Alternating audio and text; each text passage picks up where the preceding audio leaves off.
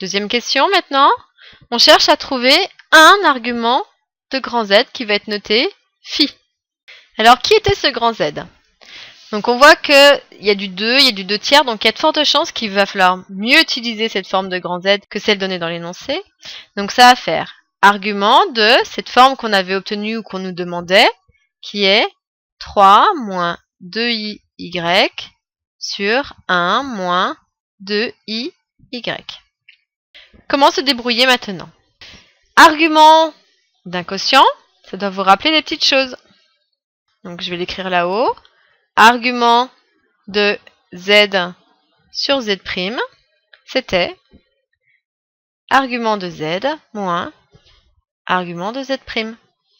Donc ici, ça va faire argument numérateur, donc 3 moins 2i y, moins argument du dénominateur, 1 moins 2i y.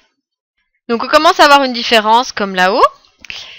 Et puis une histoire d'artangente. Donc certainement, on va se servir de ce qu'on avait appris tout à l'heure, qui était que on avait vu que pour obtenir un argument, c'est-à-dire θ, il fallait passer par tangente de b sur a. Et que dans ces cas-là, suivant la valeur de a, suivant s'il était positif ou négatif, on pouvait en déduire θ par l'artangente. Attention, modulo pi. Donc je vais pas tout réécrire parce qu'il faudrait distinguer les valeurs de a et du coup j'aurais pas assez de place, mais on va regarder. Donc ici on a argument de 3 moins 2y. Donc ici on va devoir connaître le signe de a. La valeur de a ici, c'est a égale 3, et la valeur de b ici, elle vaut moins 2y. Donc, quand on va calculer, a ici il est positif. Donc s'il est positif, on avait vu que le θ, c'était tout simplement artangente de b, donc le b c'était moins 2y, sur le a, c'est-à-dire 3. On recopie, on avait le signe moins ici, et on va faire le deuxième. Même chose, on a besoin de reconnaître les valeurs de a et b. Ici, a vaut 1, et b vaut moins 2y. Donc la valeur de a est strictement positive, donc de nouveau, j'ai tout simplement artangente de b sur a. Donc artangente de b, c'est moins 2y, et a, c'est 1.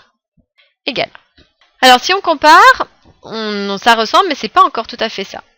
Donc on voit on a artangente de moins quelque chose pour toutes les deux. Or, on avait vu que la fonction artangente, on se souvient, si on fait un petit dessin, je vais le faire par ici, elle était comme ceci. C'est-à-dire que artangente, c'était une fonction impaire. Donc ça voulait dire que f de moins t, c'était moins f de t. Donc on va pouvoir transformer et permettre à ce signe moins qui se retrouve ailleurs. Donc ça va faire artangente de moins quelque chose, on a dit que c'était moins artangente de 2y sur 3. Et puis, ensuite on avait moins.